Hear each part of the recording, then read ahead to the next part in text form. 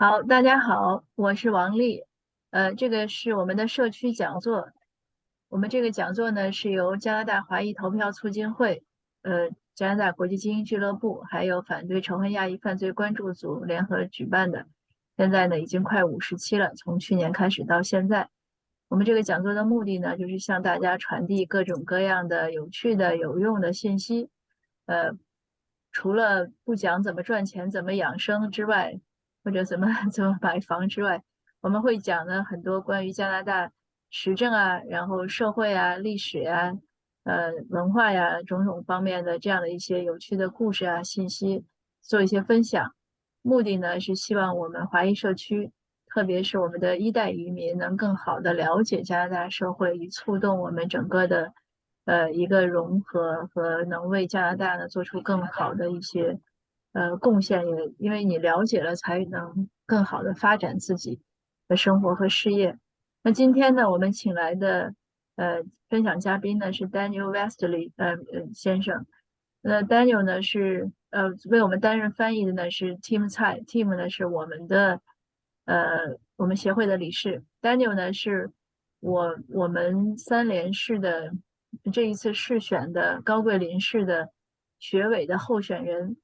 当时我第一次见到他呢是在三联市，因为三联市有一个华人联合会，他们这一次举办了一个大型的整个三联市所有候选人的一个见面会。那我在这个活动中呢，见到 Daniel，当时我感到很震惊，也很感动，因为他是坐着轮椅来的。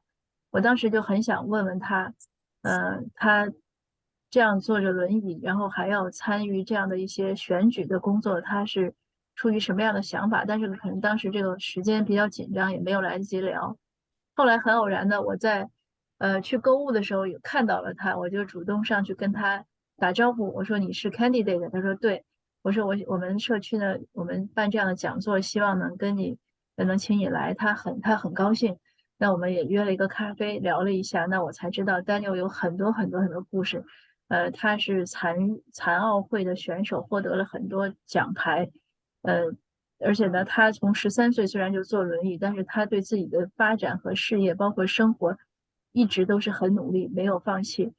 他给我讲他怎么样的挖家里的树啊，家里的树被砍掉，他是怎么样去把那个树根刨出来，他怎么样去努力的工作，他用业余时间呢，一直给很多学校呀机构去讲义务讲座，包括教育小朋友怎么样安全的玩，因为他就是在爬树的时候摔坏了腿，所以种种这样的故事，我觉得都很好。那我们呢今天就很荣幸的请来 Daniel，并且请 Tim 呢做翻译。那好，现在的时间呢就交给 Tim and Daniel。OK，Well, okay. Tim, did you want to just say anything before I begin? I'm good. Do you want me Okay, to translate any yeah, just topic? It's just a brief introduction about the that's fine. talks, organizations, and how she actually met you, and how these come. Right. So Okay, well, good evening, everybody. It's very nice to be here to speak to you about my past, how it might relate, and there might be some little helpful stories in there for yourselves. Daniel 首先跟大家问好，就是晚上好。然后他希望跟他分享他过去的故事，然后从他的故事里面，可能有一些可以给大家得到启发和帮助的一些东西。So my story begins way back when I was just, I grew up in Surrey and I was born in New Westminster. And early in my childhood, I happened to have an accident where I fell under a moving freight train and lost both my legs.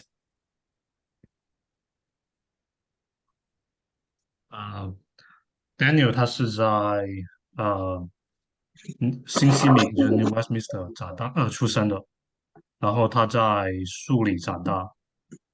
然后他小时候的时候就很不幸，刚刚你也听到瓦利博士介绍，他小时候很小的时候，13岁的时候就摔断了双腿。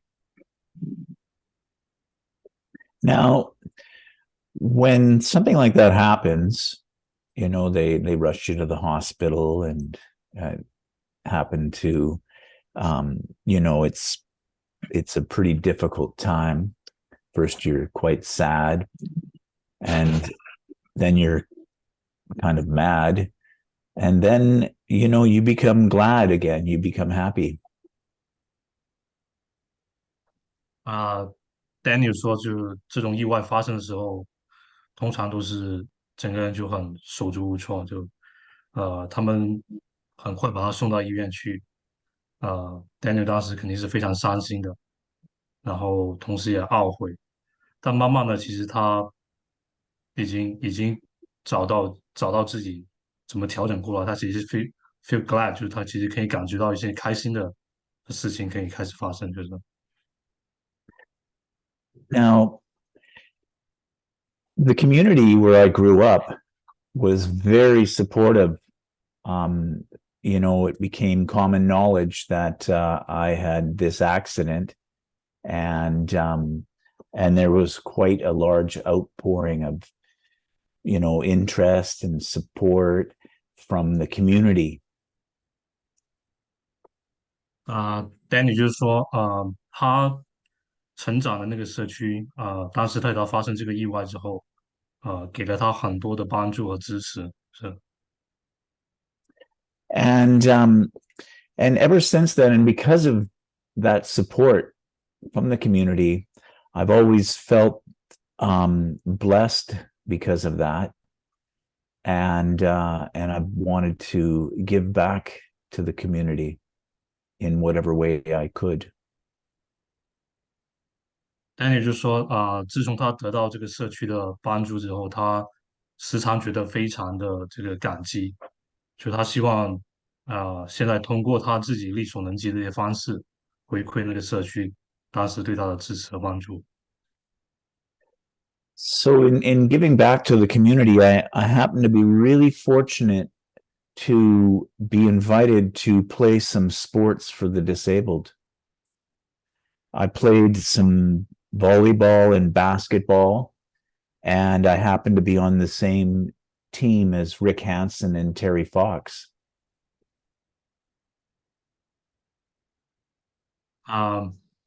Danny 就说他觉得自己特别幸运的一个地方，就是他虽然他失去双腿，但是他得到一些参与残疾人运动的一个机会他既打排球，然后也打篮球。那当时他甚至跟Terry Fox 还有另外一个可能比较出名的残疾人，我没有太听懂。Terry Fox 是非常有名了，就跟这些人有机会一起从事这个体育运动。Now, those two fellows, they were very instrumental in showing me what a little bit of determination and focus could do in preparing one for higher levels of sport. 就是讲到刚刚这两位前辈对他的帮助很大，就是尤其在体育方面，就是他教他怎么去专注做这个体育运动，然后怎么达到一个更高的一个残疾人的一个体育的一个水平。So we had a similar coach back then, and he was very clear and simple in his planning on how to make us prepare for our best, and then I decided to take up coaching myself and started my own basketball team. 当时的话，就是他们的教练就是给他们的指导就是非常的清晰，非常的明确，然后教他们怎么调整自己的状态，怎么做到最好。然后后来 Daniel 呢也开始成立自己的篮球队。And and that was part of the beginning of giving back to the community, because I wanted to bring a group of people together and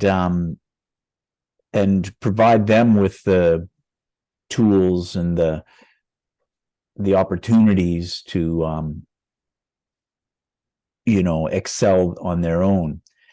While doing that, I made a point of going to many schools and public forums to talk about the value of sport and the value of planning and listening to your intuition.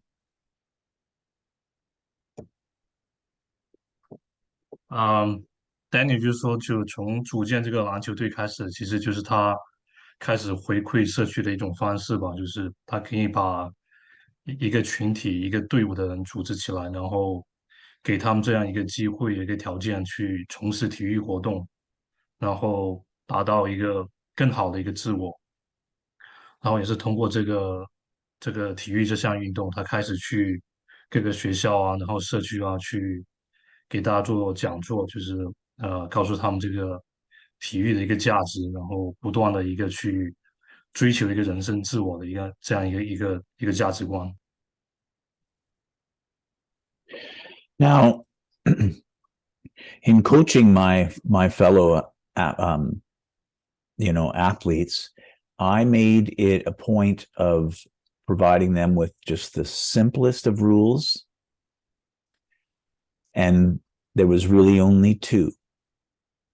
One was that we were there to enjoy ourselves, to have fun. And the second rule was that there was no swearing, no profanity, no getting upset.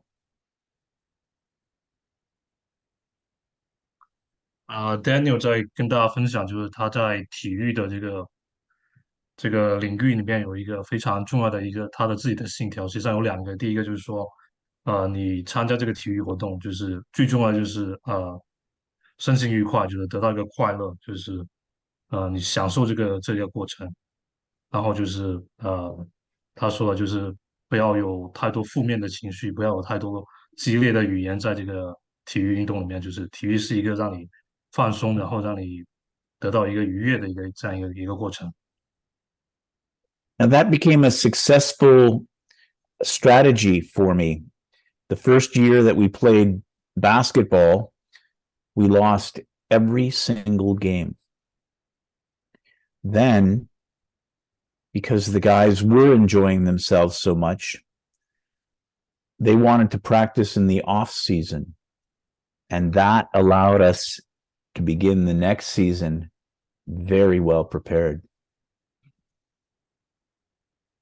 然后他就讲到他们的队伍，就是依靠这样一个信条吧，就是第一个赛季的时候，他们其实一场比赛都没有赢，所有的比赛都输了，但所有的队员还是非常的喜欢就是这个运动，他们甚至在赛季结束之后还加练，所以这样为他们下一个赛季就打了一个很好的基础，就是他们是真正喜欢这项运动，然后不是说为了赢球、为了比赛这个目的去参加这个运动。所以我们接着听他讲下一个赛季怎么回事。So in furthering my commitment to want to give back to the community, I would borrow the wheelchairs from the sport association, 10 wheelchairs, and I would get a couple of athletes to come with me, and we would go to schools and play the teachers and the students.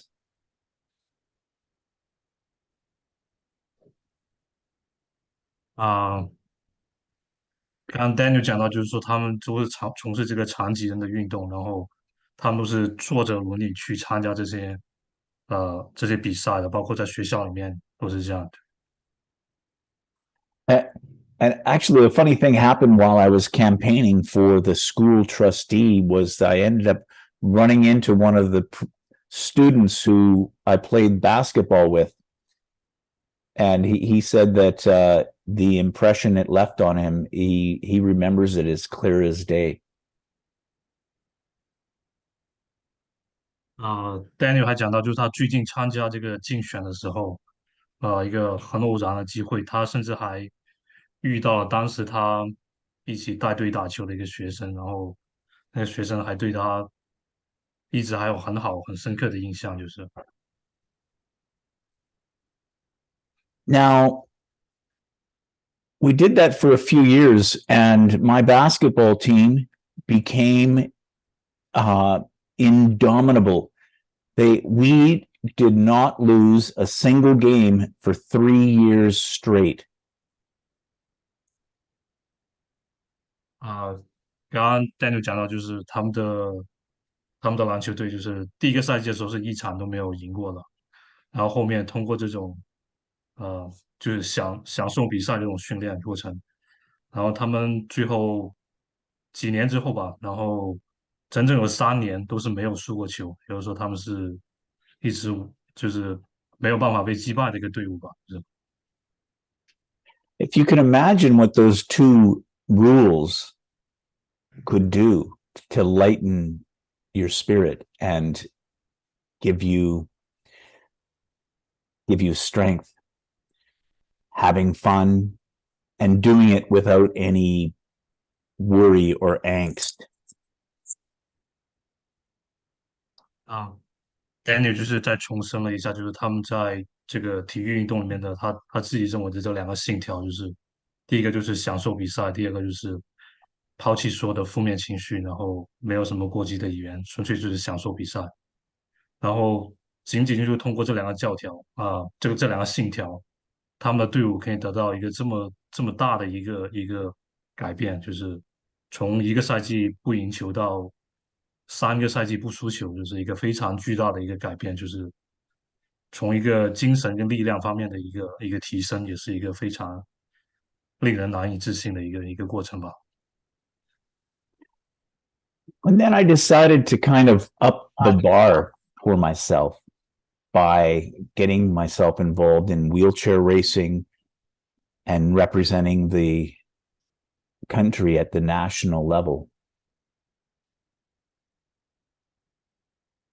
Daniel 后来就开始的另外一项运动就是轮椅赛跑，然后他最终还代表加拿大去参加比赛。I ended up competing at 5 Paralympic Games, and the first 2 were in Seoul, Korea, and Nagano, Seoul, and then Lillehammer at Nagano, and Italy. Now, in going to these Olympics, I had to kind of up my focus.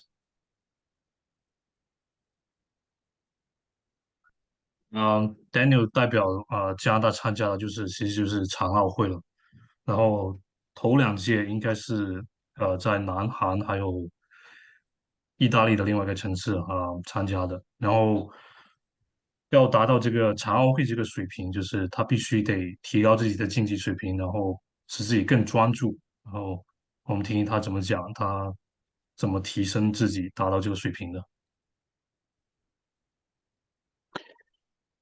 I had to up my game, but how do you do that? Well, I decided to learn to meditate because everybody's going to be training at the same level, but I needed a way to recover as much as I could so that I could expect more from myself the next day. Daniel 就是说，他是怎么达到这个一个很专注、一个高水平的这样一个境界的。他的方法其实挺特殊，他认为从训练场上的一个过程来说，其实每个人接受的一个训练强度可能都是一样的。但是怎么去恢复，他有自己的方法。他认为他当时做的就是通过一个静坐、一个静养、一个打坐这样一个过程去恢复，就是使自己在第二天，然后又达到一个精神饱满的一个状态。You see, with meditation, it allows you to go inward and your physiology gets to deal with the stresses and resolve them instead of carrying them into the next day. 就通过这种静坐或者是说内心的一个反思吧，就是可以把自己作为运动员的很大的压力啊，或者是一些不愉快的一些负面的情绪，就是慢慢的去给消化掉，然后第二天的时候，你又是一个元气满满的一个自己。So, whenever I went to a race, I had it inside of me that I was going to show the world what Canada was made of. Daniel 他去参加每一场比赛的时候，他都怀着这样一个信念，就是他要给世界展示的，就是作为一个加拿大人，作为加拿大这样一个国家，我们具有什么样的一个特质。So I began in wheelchair racing and went to 2 Olympic Games. And then while I was playing the basketball as well.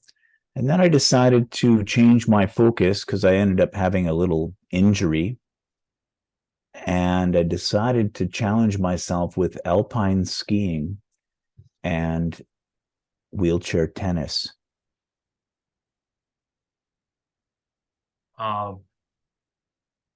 Daniel 就说他参加了2届的这个奥运会，然后就是轮椅赛跑这个项目，然后同时他还在打篮球，但很不幸有一段时间他受伤了，这个时候他又改变了他的一个体育的项目，他开始尝试高山滑雪，然后甚至还有这个轮椅网球。And while I'm doing this, I decided that I would, continue to bring my story to the public, to the schools and the community centers, to different businesses and corporations and community groups. And I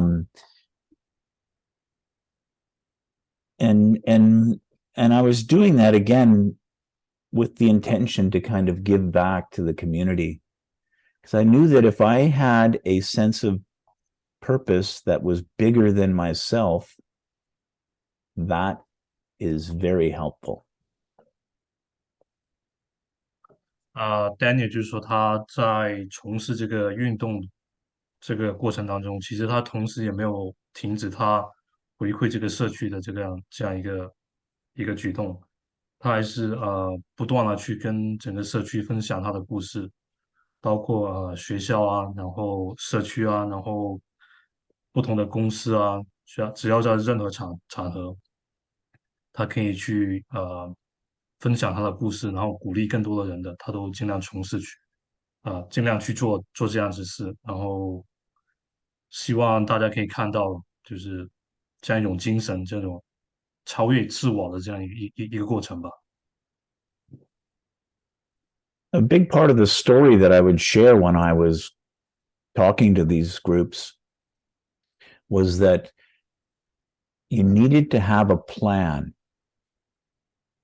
You needed to have a plan to go far.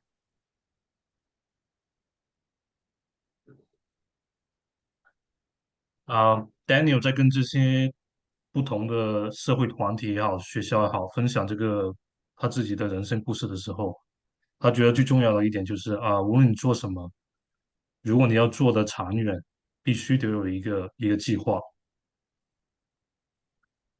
So you take those 3 letters, F, A, and R, and you have them stand for fuel, activity, and resources. Sorry, Daniel, did you just say fuel? F-U-E-L?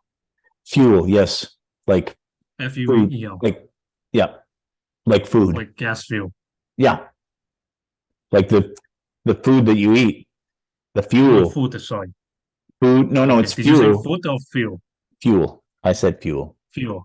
Okay, Yeah. like gas fuel, right? Okay. Well, it's like that, but it's also the thoughts that you carry, Mm-hmm. right? You fuel yourself with the Yeah, yeah. thoughts and with the food.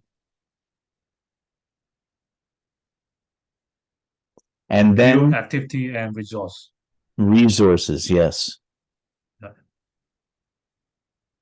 Daniel 跟我们刚刚分享，就是说你要做一个事情做得更长远，必须得有个计划。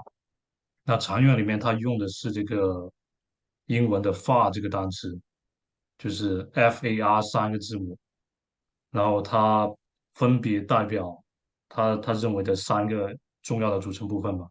第一个是 F，他说的是 feel，就是相当于一个输入吧，就是一个你得有东西输入进去你的原材料也好，食物也好，能源也好，是一种你得有一个输入的一个东西。A 呢，它就是 activity，activity 相当于一个过程，我们等一下可以听 Daniel 怎么具体的解释。然后 R 呢就是 resource，resource 就是资源办法，做事情的办法也好，资源也好，我们可以看 Daniel 等一下再怎么具体的解释这三个字母所代表的3个方面的一个意思。So let me explain those a little bit more because the fuel is more than just the food that you eat. It's more than just the thoughts that you carry around in your head. The fuel that you expose yourself to or nourish yourself with is a building block for your activity. Daniel 就首先解释了这个第一个字母 feel，就是其实还是讲的比较抽象。他说这个原材料也好，这个能源也好，这个输入呢，就是其实它不仅仅是你吃进去的东西，或者是你接收到的思想，你脑子里面想的东西，呃，它是你一个整个你作为你下一步行动的一个，它叫 building blocks，就是一个可以去构建你的下一步的行动的一个所有的材料。And secondly, in that plan to go far is activity. And activity has to be balanced. Activity has to be such that you don't feel like you're exhausted at the end of it.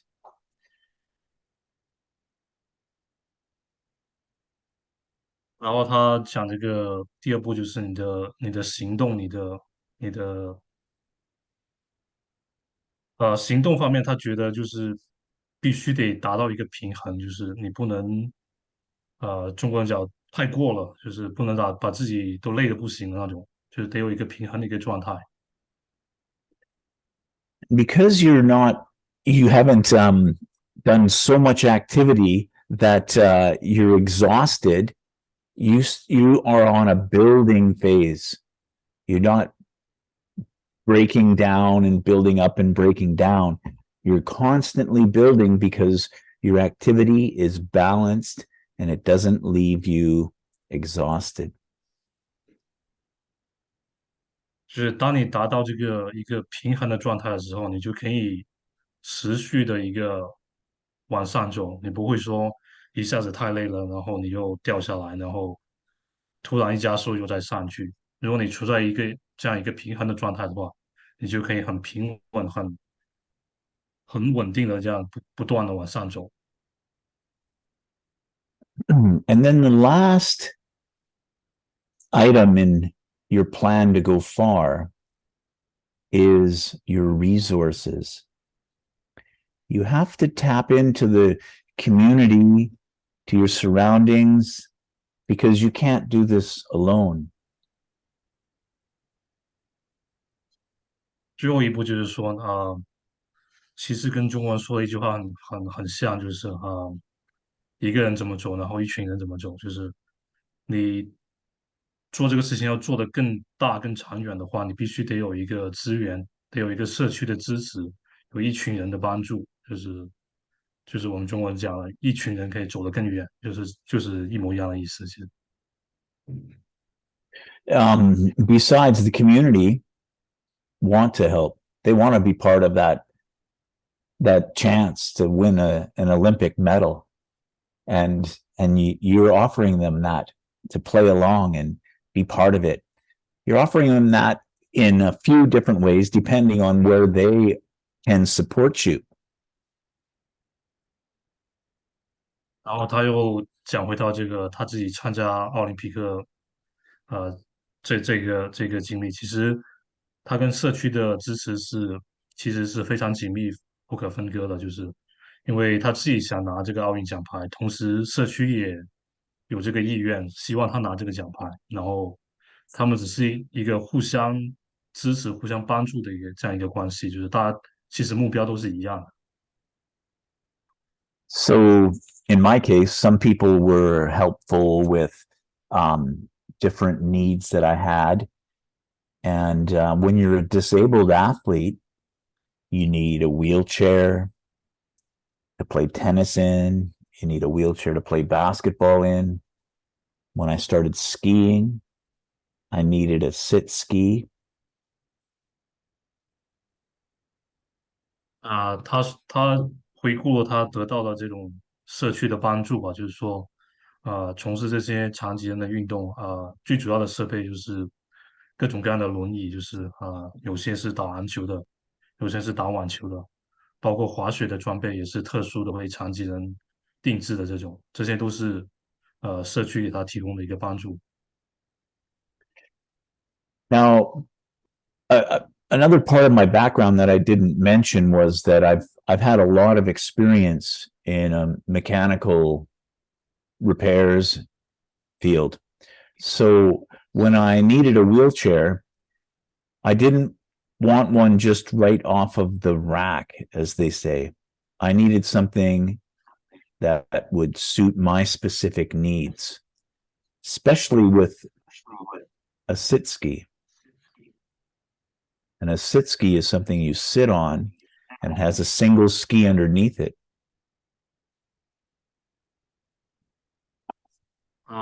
Daniel 就说他刚刚其实没有介绍到，就是他自己其实有很强的这样一个机械的一个背景，然后包括修理东西什么的，他其实都挺在行的。那么他从事这个长期运动的话，各种各样的设备，就不是说在店里面或者在货架上拿下来就可以直接用的。他希望这些设备呢，都是根据他的需求，有他特殊的一个满足他的需求吧。他举的例子就是说，尤其这个高山滑雪这个，我不知道大家有没有看过高山滑雪残疾人那种装备。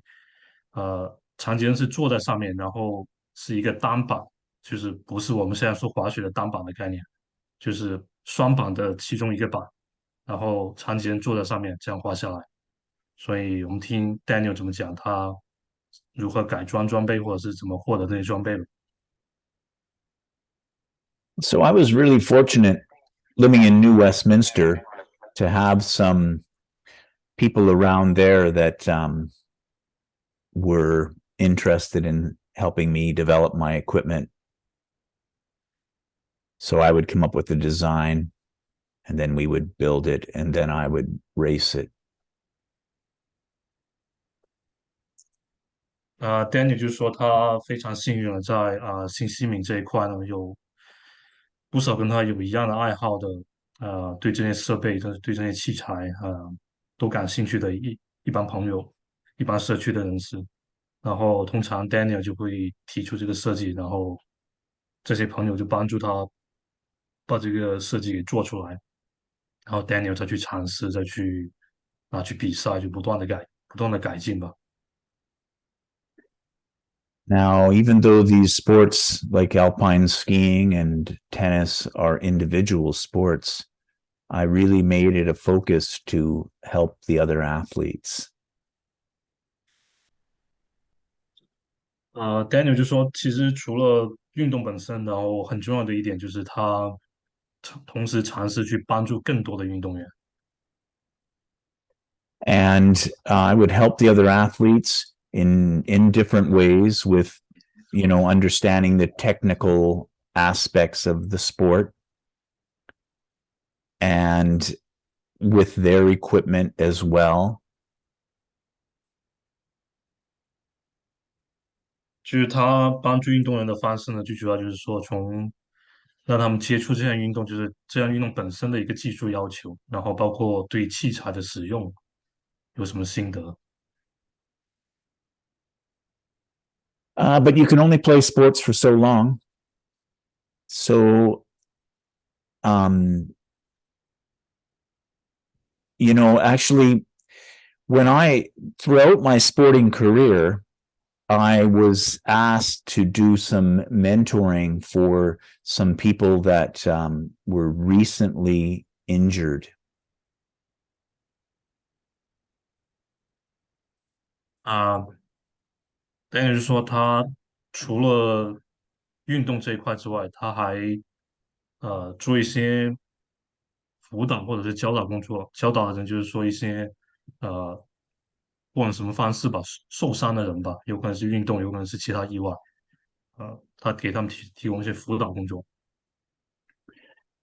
So I've been asked to go into the hospital where people have had serious injuries, and I would chat to them about how to overcome that, how not to be too bothered by your new situation, and invite them out to play sports. 再一点就是说，他可能会被邀请到医院去，然后这些刚刚受伤或者是失去身体的一部分的这些病人，然后通常在一个非常沮丧的一个状态，然后 Daniel 就会去开导他们，然后帮助他们度过这个非常困难的时期，然后慢慢的甚至引导他们去从事一些体育运动。Just as an example, there was one fellow who was in the hospital.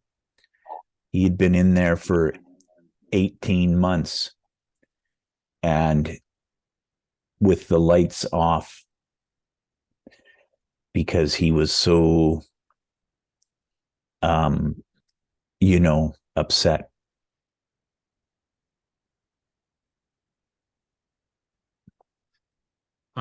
Daniel 就说他其中帮助过的一个人就是，有一个不知道什么原因，住院的一个病友，嗯、他已经住了18个月的一个医院，然后非常沮丧，当时甚至都一个人待在房间里面都不开灯这种。So I went in and spoke with him. Mel is his name, and turned on the lights in the room and told him that, everything's going to be okay. Because of the sporting equipment that I developed, I had a solution for his wheelchair needs, which was similar to mine. Daniel 就是他非常主动的走进他的房间，然后跟这人打招呼，然后把灯也打着了，然后跟他聊起来，然后告诉他一切都会过去，一切都会好起来，甚至还聊到他需要有什么样的轮椅，很巧合的是，可能跟 Daniel 自己使用的轮椅也是很相近的。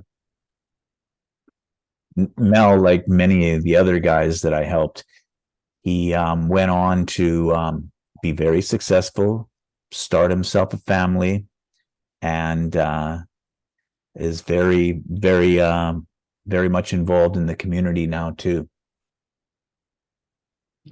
那这个病友呢，就通过 Daniel 的开导之后，现在已经变成像很多其他的病友一样，一个非常成功的一个人生。他有自己的家庭，然后也经常的去回馈这个社区。So, you know, after I was in the Paralympic Games for 5 different games, I decided time had come. I had a slight injury on my shoulder that necessitated me to change directions. So that's when I decided to go and start speaking to school groups and public groups more full time. Daniel 在参加了5届残奥会之后，他身体上也有一些受伤的，包括肩膀上面。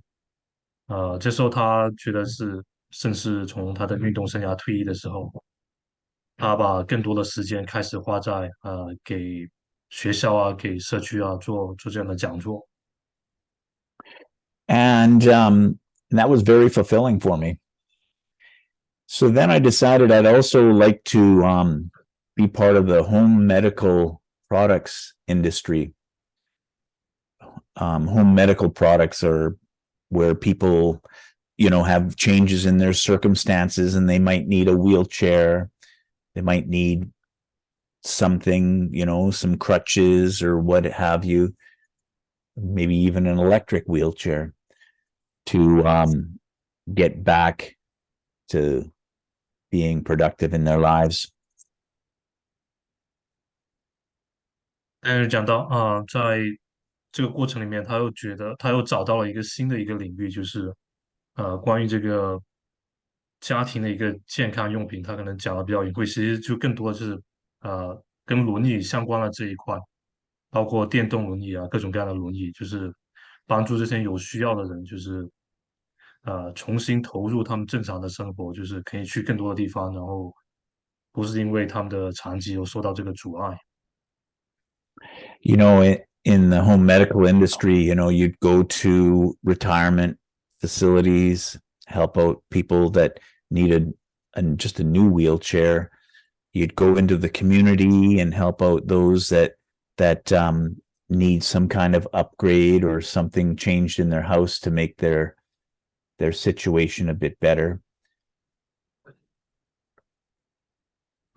他所从事的这个家庭健康产品这一块，其实就像刚刚讲到的，可能是比如说是轮椅这一块，它可以帮助一些老人提供新的轮椅，然后有些家里可能没有条件的，他们可以安装一些设备，让这个家庭就更适合老人或者残疾人活动。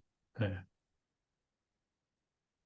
And it's very fulfilling to help people with their wheelchair needs, you know, and their mobility requirements.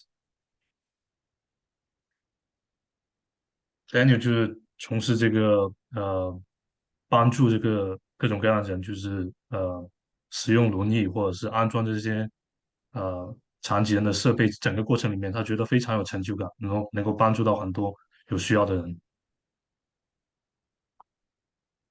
Big part of that helping people out with their you know, equipment needs is also going to the rehab facilities and dealing with new injuries.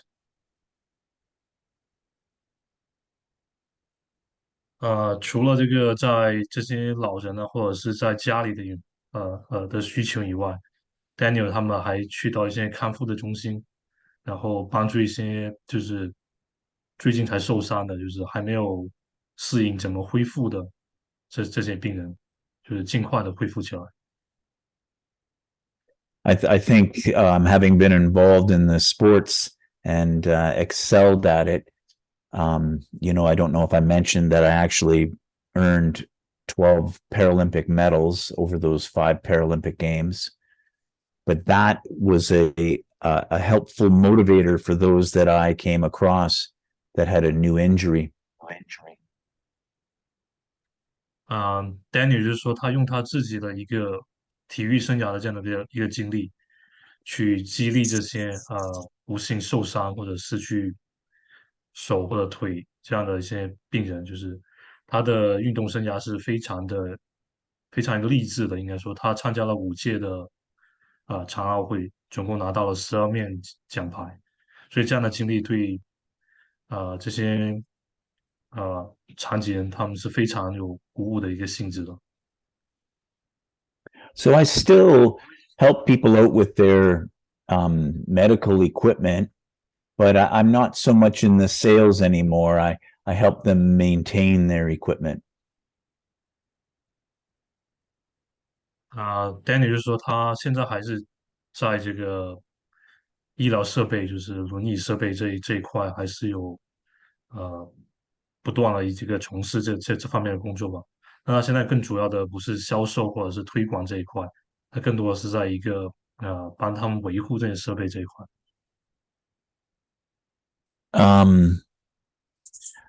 And then I met my future wife in that business, and we fell in love, and we now have 2 10-year-old twins that are just so wonderful. Makes a parent proud.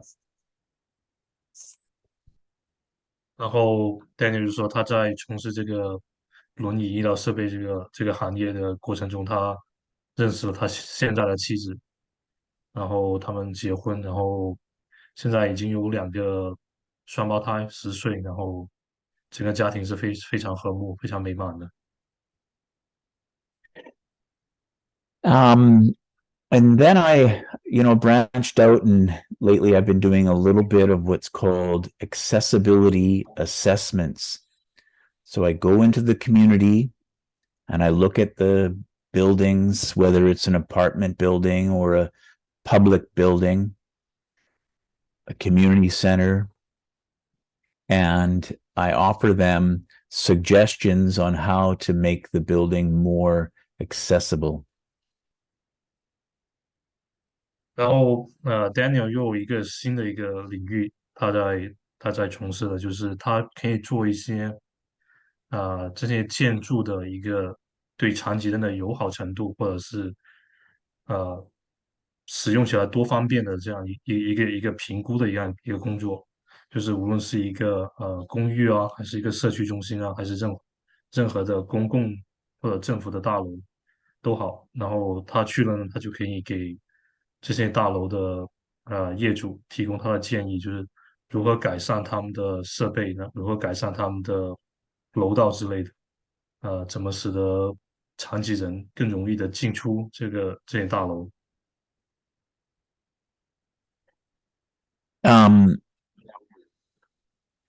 ？Now,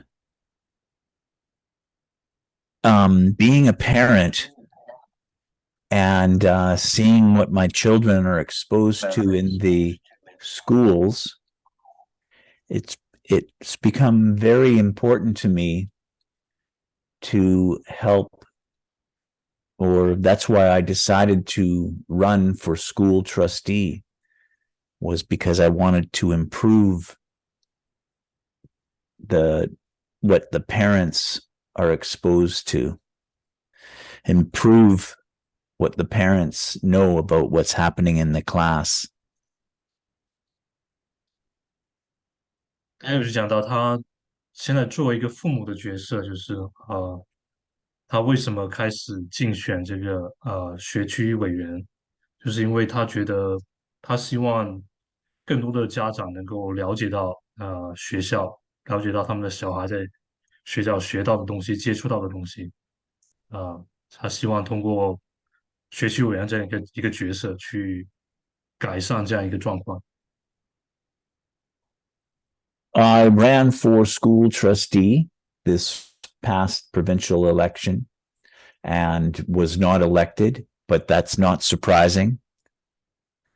There's a lot of groundwork that needs to be done. And so I plan on running again in 4 years. Daniel 就讲到他在刚刚的他说是神选，其实是四选嘛。结束的四选里面，他竞选这个学区委员他没有被选上，但其实他自己也知道并不意外这个结果，因为他确实还有很多工作没有做到。然后他希望通过下面4年的一个积累，他会继续参选，然后希望能够做到更好。How I see things is that for a long time, the people who elect their government, their needs and requests get reflected in the government's priorities. But that has changed. Daniel 讲到一个，他可能觉得比较严重的问题，就是说，很长时间以来，就是人们关注什么，需要什么，然后他们把这个需求表达出来，然后把代表他们的政府选出来。那通常这些需求、这些关注的地方会得到改善、得到解决。但现在的话，这种情况其实已经改变了，就是说，你选什么，其实可能不一定能够改变什么。我们听 Daniel 看他怎么讲。So before it was bottom up. That means that the people that are the communities say their needs, and the top politicians, they exercise the requests of the people. But it's not bottom up anymore. It's top down.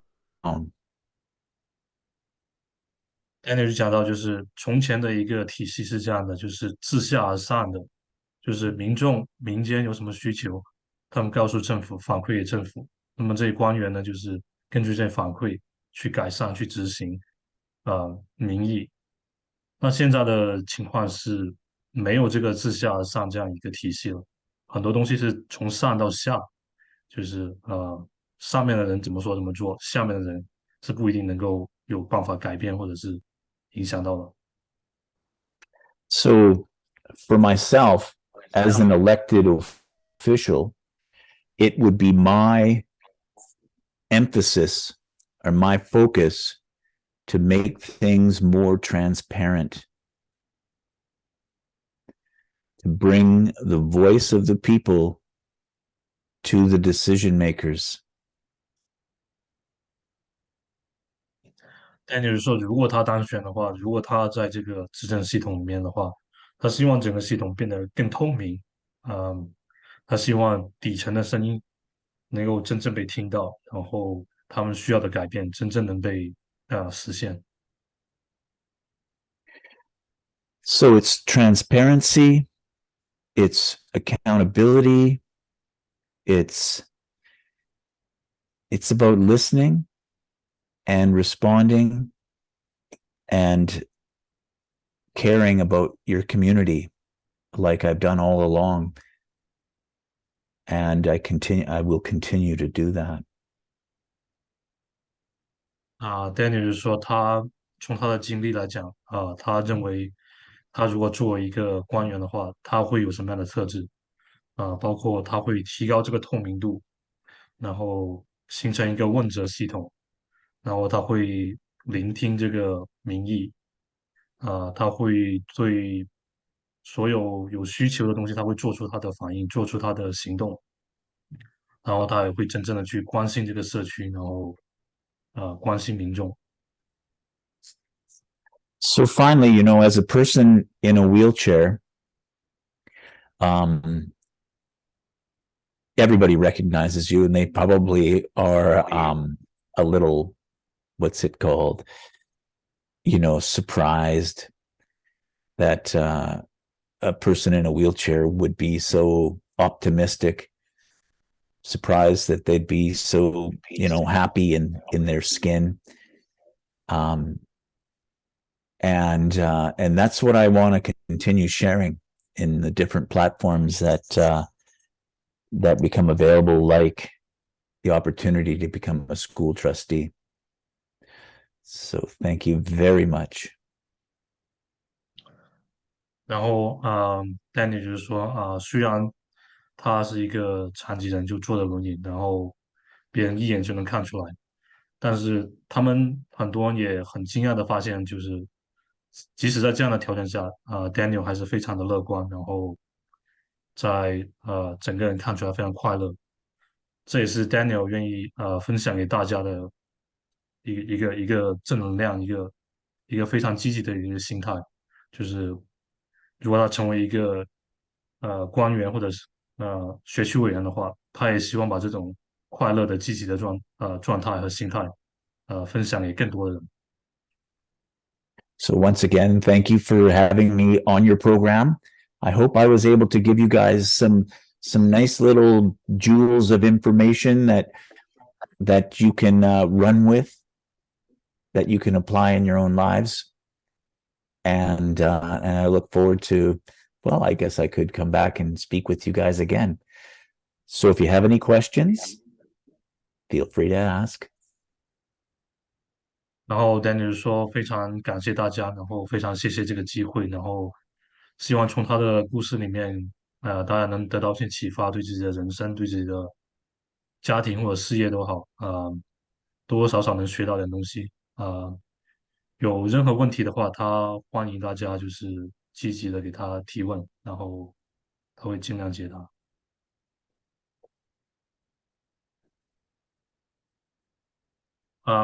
Yeah, I got the first question. So Daniel, yeah, I think you just mentioned about uh, the positiveness. Like you always look happy, you always looks optimistic. How do you adjust yourself to to behave like that? How do you turn yourself to that mode? Well, that's a very good question. I mentioned before that I practice meditation.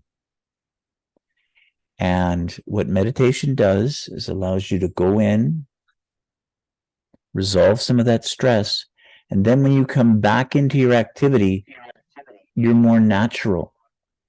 You just do things spontaneously that have the support of nature. 对Daniel 讲到就是他在刚刚讲座里面也讲到，就是他有一个叫像打坐或者是一个静坐这样一个让自己的内心得到一个平静恢复的这样一个过程。就是有任何负面的情绪、不高兴的东西，他可以把这个东西慢慢的给消化掉，然后通过这样一个过程，然后呃恢复自己的元气，然后达到一个人和自然一个比较吻合、比较好的这样一个状态，然后这也是他保持一个快乐的这样一个状态的一个秘诀吧，应该说。So when someone meditates, they go to that place where there's no duality. And when you come back into your activity, you sense that you're one and the same with your surroundings. That gets you optimistic. Daniel 其实讲的这个就好像有点玄乎了，就是说你通过真正打坐这个，可以把人和这个外在的一个环境，就是有点天人合一的感觉，就是可以把自己跟自然环境都结合在起来，就是达到一个沉浸忘我这样一个境界，然后真正的可以去消除很多压力和烦恼，然后调整自己的状态，恢复的特别好，就是。I think I got another question on chat. It's more about a question in school. So, these guys, they are new immigrant. The kids are in grade 2 now, and so I just one kid, and she doesn't speak English, don't speak much. So there must be a communication for her at school, so with the teacher or other kids. So that kid feels kind of isolated from other kids. So, question for you: if one of your kids or your kids happen to have the same situation at school, they can't make friends, they feel isolated. How would you deal with that? How would you help the kids? Well, that's a good question. How would you help kids who have a language barrier to still make friends? That's a difficult situation. I would think that there must be some opportunity for some programming within the school, some like what's it called, like a an after school activity or groups. My daughter goes and my son they play on some sports teams, and when you're playing sports, the talking isn't really a big part of it, so the language wouldn't get in the way.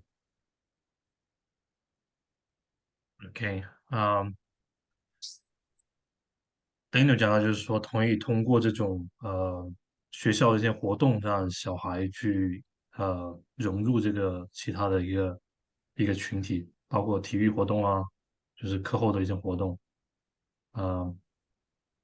我再问回他这个家长怎么应对吧。So Daniel, that's for the kids at school. Like as a parents at home, like do you see much you can do?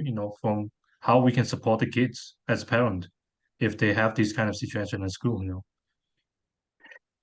Well, that's a good question. I'm thinking about taking up ESL training so that I can help people with their language requirements, because English is so complex. There's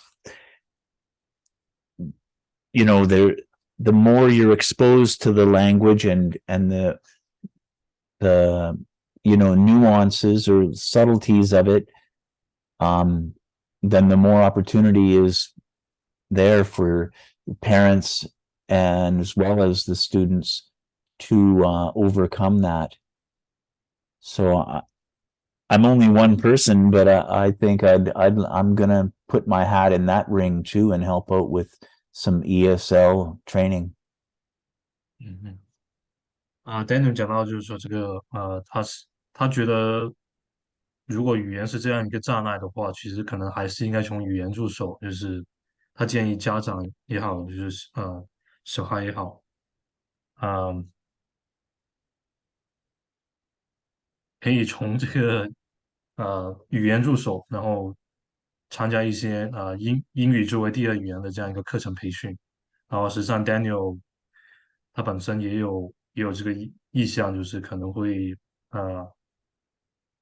涉足这个领域，就是投入这个领域，然后做一些这方面的工作。确实他认为英语是一个比较复杂的语言吧。嗯。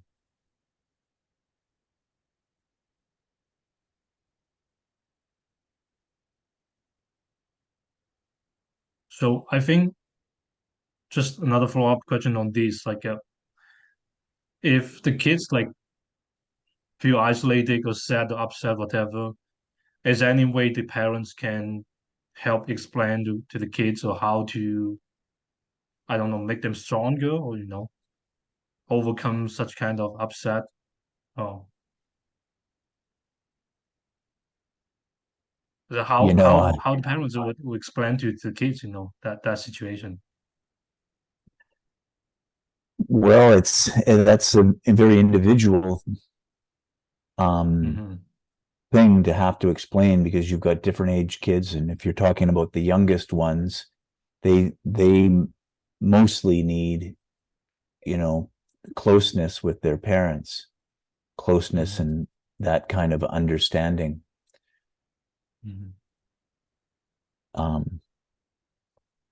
You can tell them they're going to work through it, but it's hard seeing the end of the tunnel when you're in the middle of it.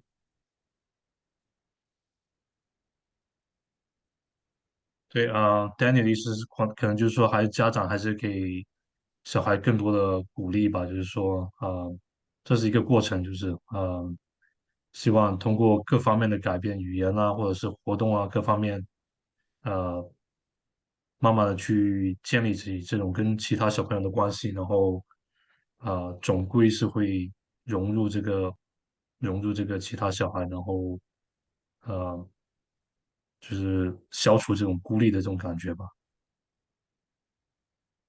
That's where sports can really help too, you know. There's all kinds of different, you know, simple sports to get involved in where, you know, you just are there doing and having fun. And that alone is something that can be really helpful in bridging that gap that the language creates. You know, just getting your kid out and playing catch, or, you know, when they're really young, you don't need to use a ball, you just use a balloon, right? You pop the balloon up in the air, and you know, and kids just love balloons. Even when they're older, they love balloons. They can play catch with it, and you can do it right in the house and not worry about breaking anything. 然后 Daniel 也是从自己做一个家长，然后包括他自己从事体育生涯，就这么多年的一个经历来告诉大家，就是说小孩的话，其实他们通过体育，通过这种活动的话，是很容易玩到一起的，就是最简单的可能拿一个气球，他们就可以扔来扔去，就已经可以玩得很好，打成一片。就是虽然语言会有这个障碍，但是通过体育这个方式，其实是一个桥梁，一个消除这个障碍的一个很好的一个方式吧。Now, any mountain that you're going to have to climb begins with the first step, some wise person said before. And they don't have to be big steps, just have to be steps that you can do. And so if it seems like a pretty big ordeal, I would go back to my plan to go far. I would fuel them with the right ideas, create a little balanced activity, and then connect them with some resources that they can tap into and climb that mountain. Daniel 最后又回顾了一下他在讲座里面讲到，就是说无论你遇到什么问题，要解决什么困难都好，中文叫千里之行，始于足下，就是说你要迈开第一步，然后无论你第一步多大多小都好，然后做好自己的一个长远的计划。他有讲到他的长远计划里面的三个要素，就是怎么样获得这个充足的一个设想，然后构想好之后，怎么去做一个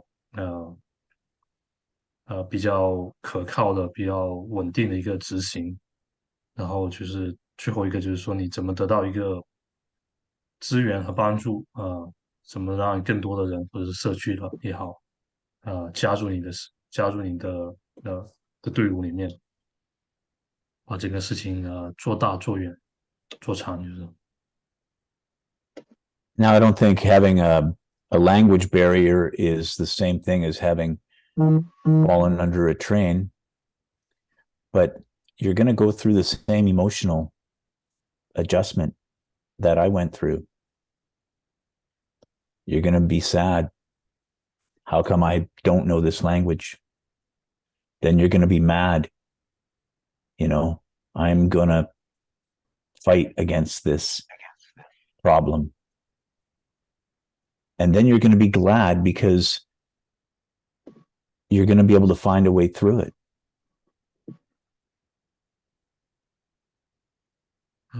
Daniel 又就是引用到他自己的一个经历，就是说，对小孩来讲，就是说他可能有这个语言的障碍，但是这个语言的障碍跟 Daniel 的经历来说，就是说，不会一种语言，或者说失去双腿，这个相比来说，这个障碍可能没有那么大吧，但是整个克服的过程可能还是一样的，就是你可能一开始会觉得很生气啊，或者很沮丧啊，或者是很不解啊，但是通过各种各样的方式，你去克服这个困难，慢慢的你就会达到一个好的一个状态。I mentioned before that I practice meditation, and meditation is something that you can learn at a very young age. I practice what's called transcendental meditation.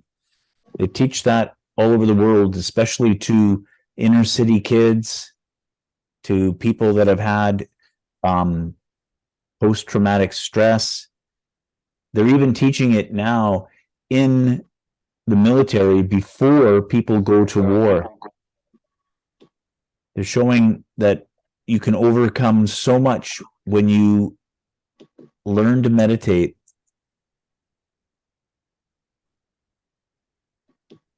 对，然后Daniel 讲到就是他这个打坐这个方式，就是静坐这个方式，调整自己的内心这样一个一个方法，就是其实从很小或者各个领域里面的人都有这么做吧，就是包括小孩，尤其城市里面的小孩，甚至在军队里面，然后他们也会给军人这样一种方式去调整自己，然后让他们去克服甚至战场上的困难，就是调整自己的心态嘛。So Daniel, I think yeah, you talk about meditation. So back in when you were having that accident, like you were only 13, right? And how did you figure out how did you know overcome this? Like can you share with us, how it was a really big change to your life, right? And you're only 13 years old. How did you figure out? I know you talked about you got some support from the community, but it must be yourself, right? Like in terms of yourself, like what, Well, what did you do?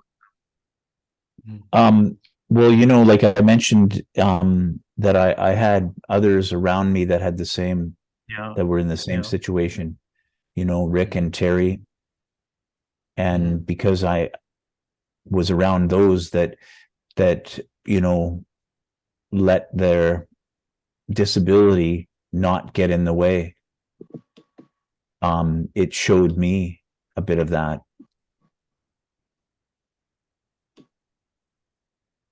对，那 Daniel 讲到就是一个很重要，就是他当时得到其他人的帮助吧，就是包括他讲到的两个非常著名的这个残疾人士，就是刚好都在他身边，然后给到他一个榜样的力量，然后对他的振作起来这样一个过程是非常有帮助的。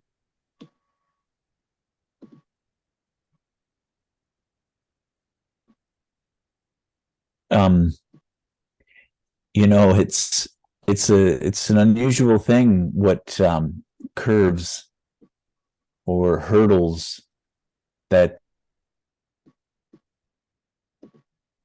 but they're not stumbling blocks, they're stepping stones.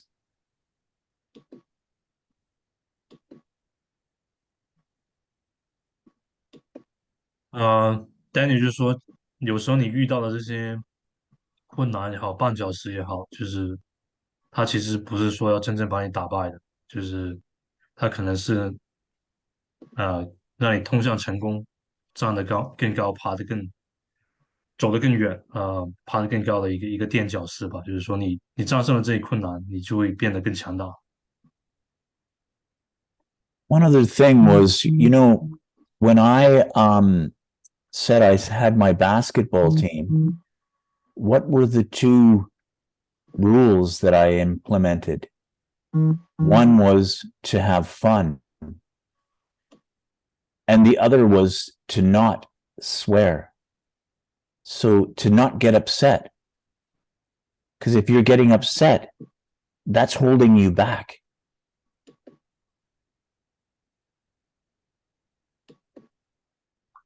然后 Daniel 讲到，就是他在从事体育运动里面的两个信条吧，就是说尤其他在组建他的篮球队、参加篮球比赛的这个经历里面，就是第一个就是说你要享受比赛，你要有一个积极的、快乐的一个心态，你去享受比赛，你去获得一个快乐这样一个过程。第二个就是说你不要带有任何负面的情绪，不要有一些激烈的语言，就是体育不是你宣泄你这种负面情绪的一个途径，呃，你应该带着这种积极的、愉快的心态去参加这些活动，然后你也可以从里面获得最大的益处吧，就是说。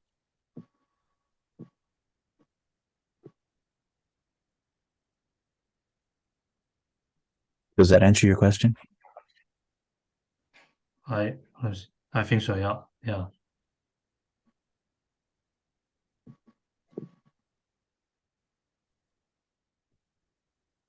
Once again, thank you very much for having me on your program.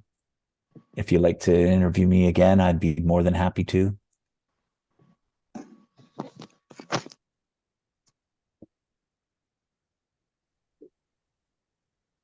Hi, Tim. I have a question. Can I ask Daniel directly? Sure. Sure, yeah, go ahead. Yeah, yeah. Hi, Daniel. Nice to meet you. My name is Frank. I used to work as a translator in another room when you guys have the candidate gathering organized by Trans-City Chinese Community Society in the library last time. Yeah, I saw you, but I have no chance to talk with you directly. Yes, your story really inspired me. I just want to know, yeah, you have the experience for 5 times Paralympics. What do you think the Canadian government, in terms, yeah, you're talking about resources, Canadian government, uh, the support in terms of funding, organization, compared to with other countries, like the European countries, US or China? Things have changed a lot over the years, and I think Canada still has a long way to go when it comes to supporting their athletes. Mm-hmm. But it's a decision the individual makes to get involved into sports, and the support may be meager, but when you represent your country, you are able to stand tall and know that you come from Canada, and that is that I think has a lot of motivation in itself, even if they don't support you with the money or with a lot of the equipment. A lot of sports are for people that know how to, like I said, connect with the community to build their resources so that they don't have to look at one source, just the government, to support them. Wow. Yeah, that's okay. Good to know.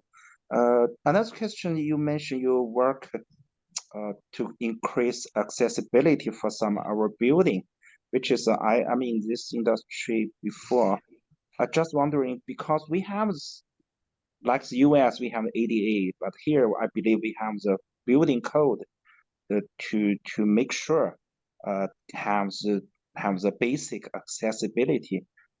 But you said you have to, or you are invited to do more as consultant or offer your suggestion. Do you think there's still a lot of room to be improved? Well, most of the buildings are designed to last 50 or 60 years.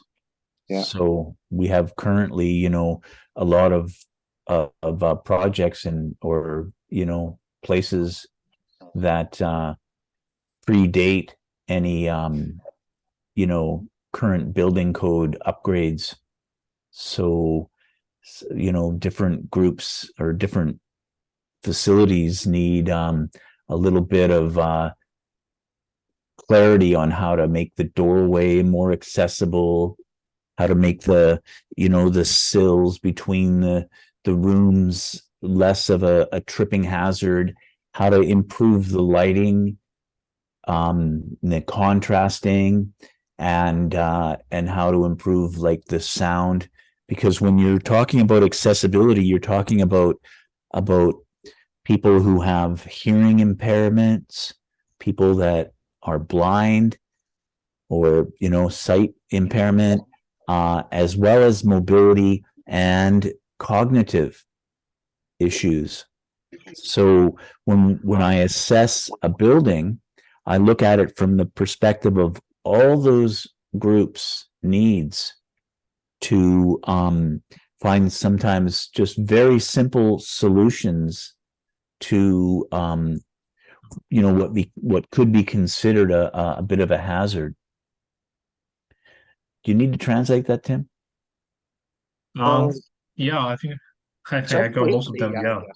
Yeah, just briefly. I think I want to quickly get more information. Yeah, just Sure. Yeah. Go ahead. Yeah. I'll let you continue with the questions, I guess. Yeah.我就简单说，我其实就问的这个，我让他评价一下我们加拿大对这个残疾奥林匹克运动员的这个支持力度，还有一个他刚才提到他也就是被邀请啊，从他的角度给很多的建筑，就是给那个残疾人的这种通行啊的便利方面提供意见，我想了解一下这方面的情况啊，大概就这样，好吧？好，可能有些观众也对他的答案有兴趣哦，我可以简单说，就是 OK，对，第一个问题就是说对国家层面对这个残疾人运动员的支持的程度，就是就你刚刚讲到，就是可能对比其他欧洲国家或者别的，包括中国之类的，这个支持的程度是怎么样子的？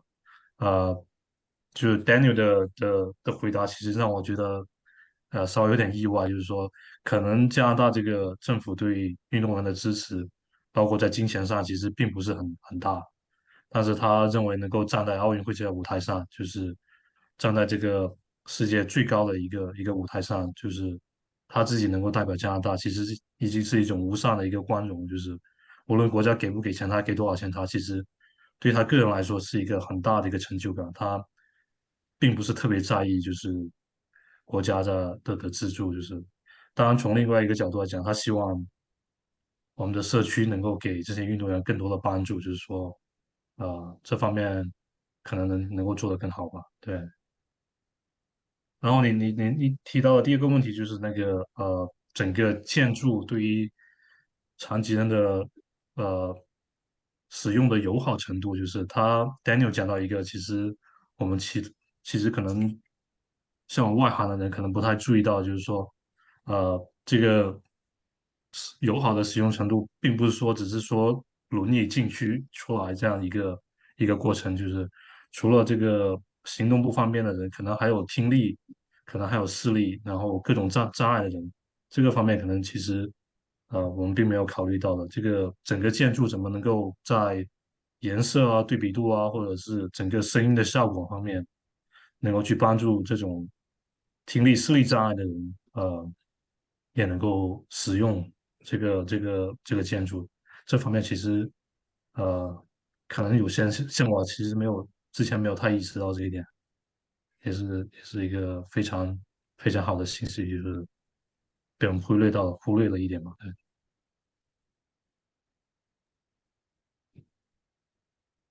Does that answer your question then, Frank? Yeah, thank you so much. Yeah, I really appreciate it. Yeah. Well, thank you too. And thank you, Tim. And thank Ellie. Oh yeah. Great. Melody，你请打开视频，这样我能把你聚焦过来。我就想请问一下，我自己本身也是视觉有visually impaired 的人，我就想请问一下，在加拿大我们就是很多语言上面会有心理暗示，譬如说，这个我们已经不再说叫什么我们只是说 Alzheimer， 我们不说这个 retarded。看那个词，那个中文叫什么来着？忘记了。反正就是把这个词改变了之后呢，让我们更加 empower 自己。我就想请问一下 Mr. Westley， 这种 disable 这个词他心里有没有另外一个词可以替代这个 disable， 让我们所有的人都更加 empower 自己，不会想到那个不能做那个，而想到 able 这个方面。谢谢。So, Daniel, I think it's a really good question. So, in terms of wording or terminology, so the lady who just raised the question, she herself actually have some visual disability or like so. The question she asked is like she actually doesn't really like the word disabled. Like it makes her feel like she's not empowered, you know. She's like not capable of doing something, you know.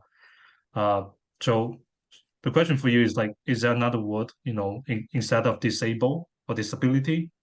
How to properly describe this group of people, you know, with reduced ability, you know? Well, that's a good question, Melody. How do you take away the sharp edge of such a strong word? How is that done?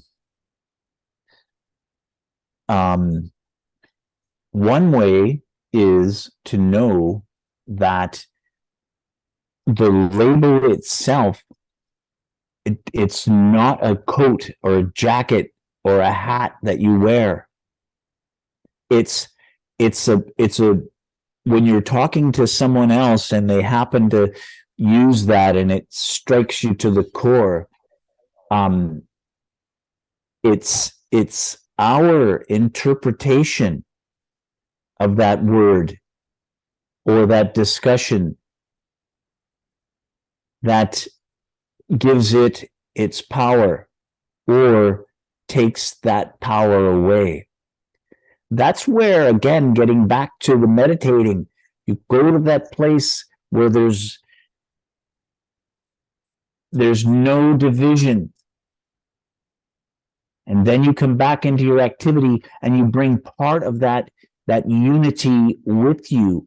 And when you're faced with an obstacle or a choice of words that seem strong, it's you have more resilience to overcome that.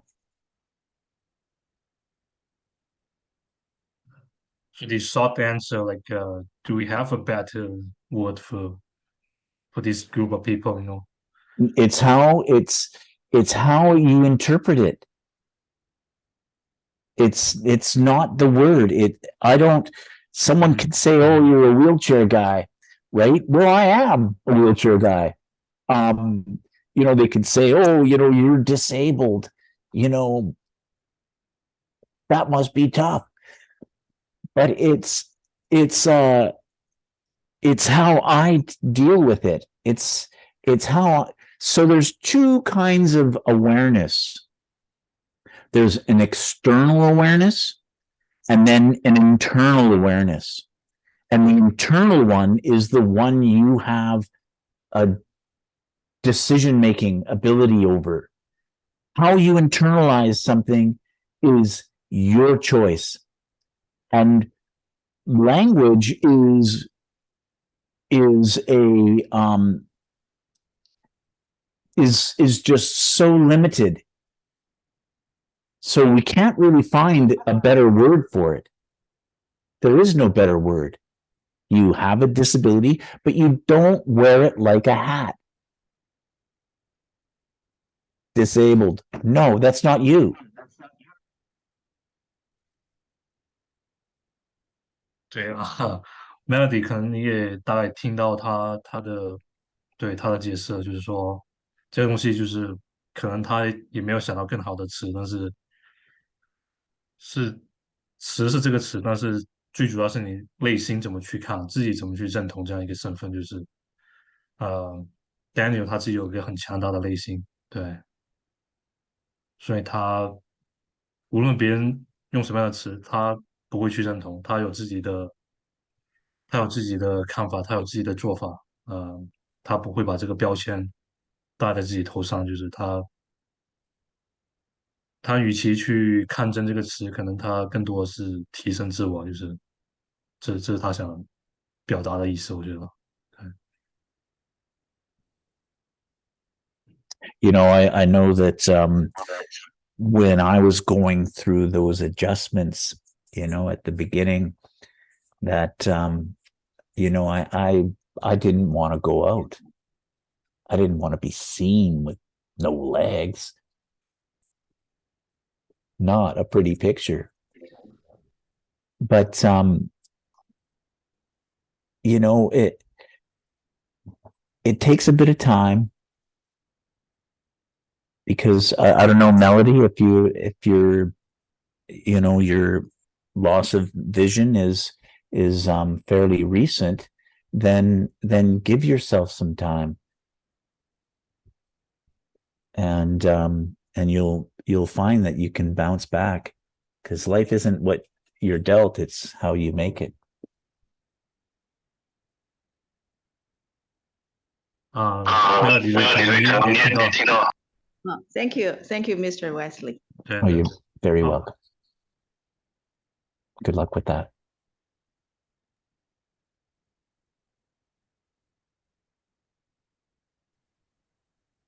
好，谢谢。Thank you, Daniel. Thank you, team. Thank you, everyone. So I think我们已经 now is the 8:30, and I think our time is up. 所以我们现在呢，就感谢大家了，也谢谢 Frank， 谢谢 Melody， 谢谢 Lisa。Thank you, everyone. 谢谢大家的陪伴。我们这个视频呢也会回放在 YouTube 上，我会把链接发到群里。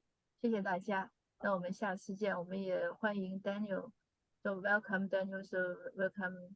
You can do the deliver other speech in future for our community. Thank you so much. Thank you too. It's my pleasure.